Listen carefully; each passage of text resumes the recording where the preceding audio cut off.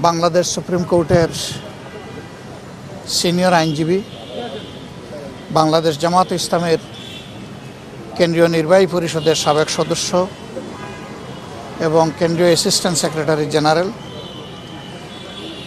আমাদের শ্রদ্ধার ভালোবাসার প্রিয় মানুষ জনাব ব্যারিস্টার আব্দুর রাজ্জাক দীর্ঘদিন অসুস্থতা ভোগ করে রাজধানীর একটা হাসপাতালে আজকে ইন্তেকাল করেছেন। ইন্না লিল্লাহি ওয়া ইন্না ইলাইহি রাজিউন। আমরা মহান প্রভুর দরবারে দোয়া করি, মানুষ হিসাবে তার যতগুলা ভুল ত্রুটি হয়েছে আল্লাহ যেন গফুরুর রাহিম নামের খাতিরে তাকে ক্ষমা করেন। আমিন। সেই সাথে তিনি স্বচ্ছতা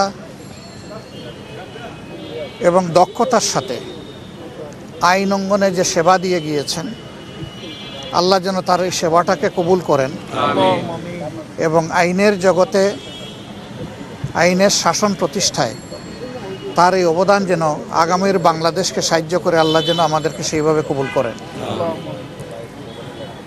আপনারা জানেন তিনি দীর্ঘদিন বাংলাদেশ জামাত ইসলামের সাথে সম্পৃক্ত ছিলেন এবং তিনি বাংলাদেশ জামাত ইসলামের দুর্দিনে সবচেয়ে বেশি ভূমিকা পালন করেছেন।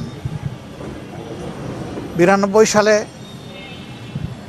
বাংলাদেশ জামাত ইসলামের সাবেক আমির, বাসা সৈনিক, ডাকসুর সাবেক জিএস জনাব অধ্যাপক গোলাম আজম রাহিমাহুল্লাহর বিরুদ্ধে যে নাগরিকত্ব কেড়ে নেওয়ার ষড়যন্ত্র ছিল, তার প্রতিকার চেয়ে যে মামলা হয়েছিল, সেই মামলার অন্যতম প্রধান আইনজীবী তিনি ছিলেন। সেখানে তিনি সাহসিকতা, বলিষ্ঠতা, দক্ষতার সাথেই ভূমিকা রেখেছিলেন এবং অধ্যাপক গোলাম আজম তার ন্যায্য অধিকার ফিরে পেয়েছিলেন, নাগরিকত্ব পেয়েছিলেন। তিনি সময় সময় শুধু জামাত ইসলামী না, তিনি ন্যায়ের পক্ষে দাঁড়াতেন। কোনো মামলা যদি তার কাছে অসঙ্গত মনে হতো, সেই মামলায় যত টাকারই অফার আসুক তিনি দুই হাতে তা ফিরিয়ে দিতেন।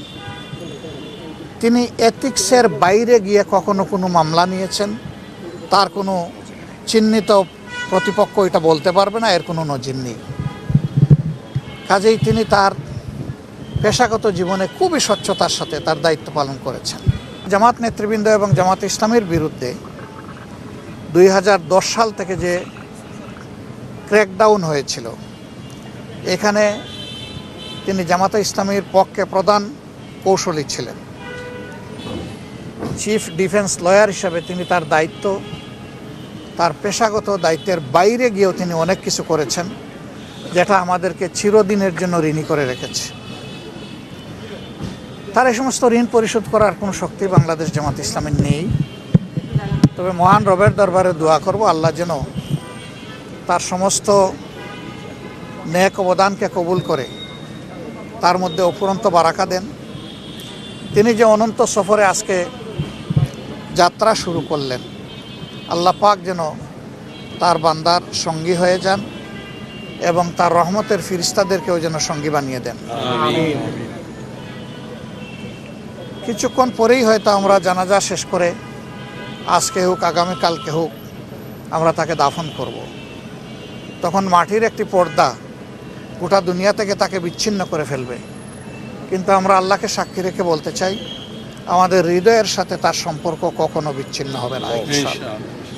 আমাদের হৃদয়ের এই সম্পর্ক বহাল থাকবে এবং আমরা আল্লাহ তাআলার দরবারে দোয়া করি, আলমে বরজাখের এই জিন্দেগি তার জন্য যেন প্রশান্তিদায়ক হয়, তার কবরকে যেন আল্লাহ তাআলা জান্নাতের নূর দিয়ে পরিপূর্ণ করে দেন। আপনারা জানেন তার একটি গুরুত্বপূর্ণ আইনি চেম্বার ছিল, সেখানে তার সাথে অনেক সহকর্মী কাজ করেছেন, তারা তাকে পিতার মতোই দেখতেন।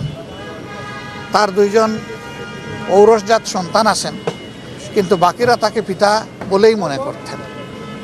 তাদের এই দুঃখ আল্লাহ তাআলা যেন ভুলে যাওয়ার তৌফিক দান করেন এবং সবর করার তৌফিক দান করেন। বিশেষ করে তার স্ত্রী, 2 সন্তান, 1 মেয়ে এবং আরও আপনজন যারা আছেন, আল্লাহ পাক রব্বুল আলামিন তাদেরকে এই সুখ সহ্য করার তৌফিক দান করুন।